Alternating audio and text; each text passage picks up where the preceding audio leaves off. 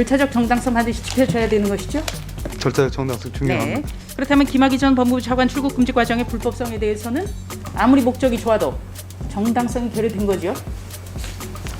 우리 조수진 의원님. 네. 근데 왜 이 사건이야 됩니까? 아니죠. 왜 사건에 김학의 가려서는 안 되지 않습니까? 이 사건의 기준이 달라져야 본질이- 됩니까? 사안에 따라서?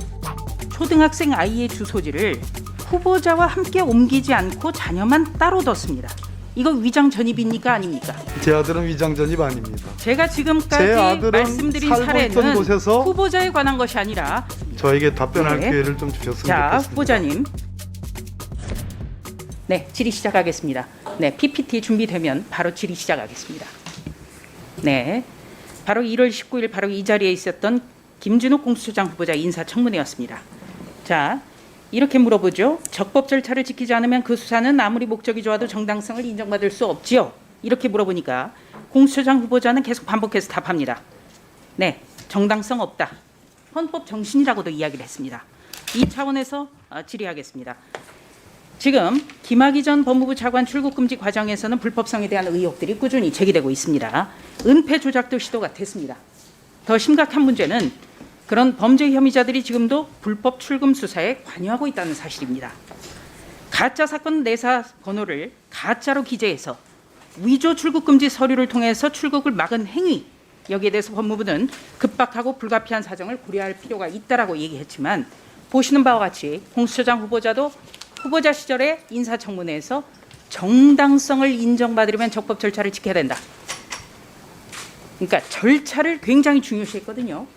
네, 어떻게 생각하세요? 저희들이 법과대학을 다닐 때 실체적 진실 발견과 적법 절차는 형사사법의 양대 축입니다. 네, 정당성, 그러니까 절차적 정당성 반드시 지켜줘야 되는 것이죠? 절차적 정당성 중요합니다. 네. 그렇다면 김학의 전 법무부 차관 출국 금지 과정의 불법성에 대해서는 아무리 목적이 좋아도 정당성이 결여된 거죠?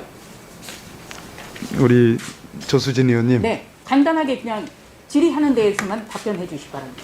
저도 그러고 싶습니다만은 아니, 후보자님 많이 거치셨잖아요, 청문회. 답변해 주시기 바랍니다. 지금 이 수사가 제가 생각한 것보다 훨씬 크고 빠르게 넓게 진행되는 듯합니다. 자, 후보자님, 허위 공문서 작성죄, 이거는 불가피한 사정을 운운해서는 안 되지요? 답변해 주시기 바랍니다. 그래서 뭐 구체적인 여러 사실관계를 몽땅 그려서 죄명으로 표시를 하셨는데요. 네, 지금 그 속에 있는 언론 보도가 굉장히 사실관계들은 상세히 아직 나오고 있기 때문에 이렇게 압축해서 질문 드리는 겁니다. 허위 공문서 작성죄, 이거 불가피한 사정 운운하면은 스스로 범죄 집단의 일각임을 자인하는 것 아니겠습니까? 어떻게 생각하세요? 후보자로서 직접적인 답변을 하기에는 의원님 말씀이 제가 보기에는 네, 그렇다면은 공수처장 후보자가 잘못했네요. 그렇죠? 네. 공수처장 후보자는 인사청문회에서 답변을 헌법 정신까지 이야기를 했는데 그분이 잘못한 거네요. 공수처장께서 김진욱 처장께서 아까 우리 조수진 의원님이 열거했던 그 녹취록에도 밑줄 쫙끈 부분 아닌 부분에서 자, 후보자님. 조금 다른 뉘앙스도 있었습니다. 자, 후보자님. 이 전반적인 상황, 지금 언론 보도에서 지금 대서특필되고 있습니다만 이 사건은 대통령의 진상 지시 규명, 그러니까 진상은 규명하기 위해서는 공소시효 그런 거 구애받지 말라 이런 지시가 있었고 이후 현재 법무차관인 이용구 법무실장과 현재 여당의 국회의원인 법무부 검찰 과거사위원회 기획이 발단이라는 언론 보도가 계속 나오고 있습니다. 철저하게 수사하셔야겠죠. 그런데 그렇죠? 왜 저 궁금한 점이 하나 있습니다. 왜 자, 질문에 대해서 답변해 주시기 바랍니다. 후보자님. 당연히 지금 철저 수사하고 네, 있는 철저히 듯합니다. 수사하죠. 자, 철저히 수사해야 된다고 했지만 절차적 정당성에 대해서 뚜렷한 말씀은 안 하신 걸로 그렇게 해석하면 아니, 되겠습니까?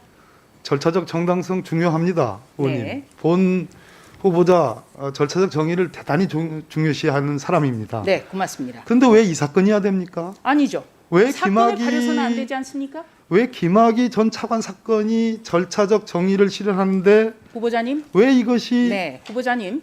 미란다의 원칙에서 대상이 미란다가 돼야 되는 것에 대해서 미란다 저는 성인 군자였습니까? 저- 법 앞에서 그리고 절차적 정당성은 그러니까 왜 이 사건이어야 그 사람이- 됩니까? 아니 이 사건이 보도가 됐지 않습니까? 그렇기 때문에 최초로 정치를 하는 문제 제기를 것이죠. 하신 분이 누군지는 후보자님, 모르겠는데요. 그 사건이라든지 그럼 사람에 이 따라 달라져야 됩니까? 사건의 기준이 달라져야 됩니까? 사람에 본질이 따라서? 이 사건의 본질이 절차적 정의냐 실체적 정의냐라는 자, 문제 아니겠습니까? 다음 질의 근데 왜 이 드리겠습니다. 사건을 PPT 가지고 준비해 주십시오. 검찰이 말하는 절차적 정의를 표본으로 삼은 거에 대해서는 저는 절차적 정의는 국민들이 이걸 사람을 납득할 가려서는 안 수 된다고 저는 있겠습니까? 알고 있습니다. 자, 이런 기사가 나왔습니다. 박범계 후보자 아들 13살 때 대치동 세대주. 자, 이 사건 언론 보도 통해 가지고 좀 들으셨을 걸로 저는 알고 있습니다. 자, 후보자님 사례를 제가 하나 들을게요. 한 공직 후보자가 초등학생 아이의 주소지를 후보자와 함께 옮기지 않고 자녀만 따로 뒀습니다. 이거 위장 전입입니까 아닙니까? 제 아들은 위장 전입 아닙니다. 자. 위장 전입이라 함은 자, 후보자님. 새로운 주소로 살지도 않으면서 옮기는 것이 위장 자, 전입인데요. 제가 지금까지 제 아들은 말씀드린 살고 사례는 있던 곳에서 후보자에 관한 것이 아니라 김대지 국세청장 후보자 청문회에서 나왔던 이야기고요. 바로 김대지 국세청장은 위장 전입이다. 위장 전입을 사과드린다. 이렇게 답변했기 때문에 김대지 국세청장 사례를 질의한 것입니다. 저에게 답변할 네. 기회를 좀 주셨으면 자, 좋겠습니다. 후보자님이 총선을 위해서 국회의원 선거를 위해서 대전으로 이사를 했고요. 배우자도 주민등록을 대전으로 옮겼습니다. 그런데 13살 아들은 서울에 남았습니다. 배우자는 서울에서 아이를 돌본 것이죠. 돌봤죠? 조수진 의원님, 아니, 제가 질의하고 있지 않습니까? 제 아들은 5학년, 6학년을 다녔던 그 대곡 초등학교에서 졸업을 불과 40일 남겨놓은 상태에서 있었던 거고요. 아니, 그러니까요. 제 아내는 자, 제가 제 질의하는 아내는- 것은 자, 후보자님. 후보자가 대전으로 이사를 했어요. 왜? 대전에서 출마를 하니까. 그런데 부인이 주민등록지를 대전으로 옮겼습니다. 그래서 아들이 남겨진 거예요. 그렇죠? 예, 인정하시죠? 장모님이 계셨습니다. 그러면 배우자께서는 아이를 돌보지 않았습니까? 조수진 의원님 비례대표 의원 아니십니까? 아, 저기 그 지역구에서요. 후보자님. 지역구에 잠깐 후보자님. 제가 자, 답변 후보자님. 드릴 기회를 안 주시겠습니까? 배우자가 주민등록을 대전으로 옮겼죠. 옮겼습니다. 네. 그런데 아이를 돌봐야 되는 것 아니겠습니까? 부인께서? 당연한 이치입니다. 네. 그렇다면 저도 돌봐야 되지 않겠습니까? 배우자가 주민등록지만 옮겨놨다면 그거는 위장전입인 거예요. 그래서 질의하는 겁니다. 주민등록지 네, 조수진 의원님 정리해 주시고요. 아예 이렇게 지금 논란이 상당하고 우리가 참작하게 살펴가면 주민등록법을 아예 그냥 개정을 해야 될 것 아닌가 그런 차원에서 질의한 겁니다. 이상입니다. 위원장님 네, 저 잠깐만 박범계 답변을 좀- 후보자께서 이 사안에 대해서 답변 미처 못하신 거 있으면 짧게 답변해 주시고. 지역구 국회의원 출마자가 본인을 포함해서 그 지역구에 주소를 두는 것은 요건이 아닙니다. 그래서 그 주소지를 두지 않은 후보자도 꽤 많이 있습니다. 하물며 배우자가 주소를 이전함으로써 지역구에 주소를 두는 건 역시 아무런 요건이나 아무런 요구가 없는 겁니다. 즉 굳이 위장전입, 선거를 위해서 위장전입을 할 필요가 없었습니다.